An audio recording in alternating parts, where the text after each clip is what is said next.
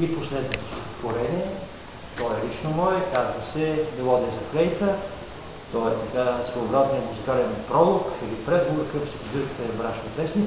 В случая обаче използвам повода от тази прекрасна изложба, която Елеонора своите сътруднички направиха тази вечер в нощта на музеите, после ще направим кадри от нея, за да пренасоча смисъла и галантния реверанс, би могло да се каже, на това стихотворение и смисълът на интенция на това стихотворение към самата Ели, към Елеонора Алджиева, директор на Музея на народните художествени занаяти в Троян, защото нейна заслуга, и тук няма миглочи, няма двойно дъно на моето поведение, наистина смятам така, с Елеонора се познаваме още първи път, когато ще е.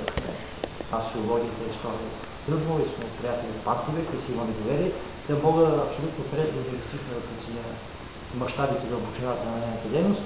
Ако наистина има културни средища в Троян, наред с галерия Сиракова къща, наред с други един-два топоса на духовния живот, това е без съмнение на първо място и на едно от първите места музея, който е ръководи. И ето днешната изложба също, която се нарича "Мъжът и жената интимно" през първата половина на 20 век, е поредното ярко осезаемо доказателство за това. С оглед всичко, което казах, и с оглед неща подобни перспектива, които могат да се говорят много още, бих искал моето стихотворение "Мелодия за флейта" да бъде посветено на Елеонора. Мелодия за флейта. И аз, подобно Янко музиканта, на тъжната си флейта вече свиря, но друго е небето над таланта и друга моята Полша под Всемира. Разпънат между Запада и Азия, под дивите звезди на Марс и Ира, на флейтата на своята фантазия, по тебе аз кърве и нежно свиря. В тръста и ти звучиш като идея, приплиташ се с стрелите изкусни, и значи ти си вятърът в нея и бриза в щастливите ви устни. Той броди над света, където ще, но ти не си до толкова безпризорна. За всеки звук и дъх, за всеки жест, пред свободата ти си отговорна. Внимавай ти над себе си, защото от той дали скърбиш или се радваш, дали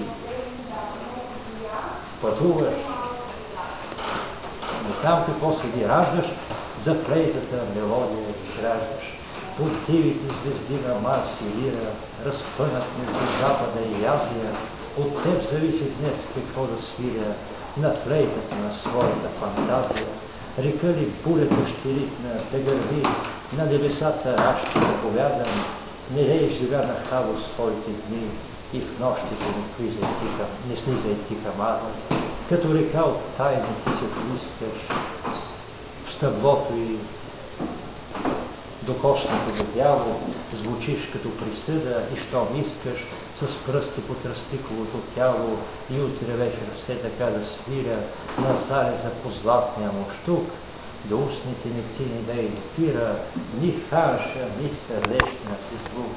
А сега дордето на Всемира звездите пеят гръцката си песен и вятърът разрошен тъжно свири сред селските тръстики безсловесен.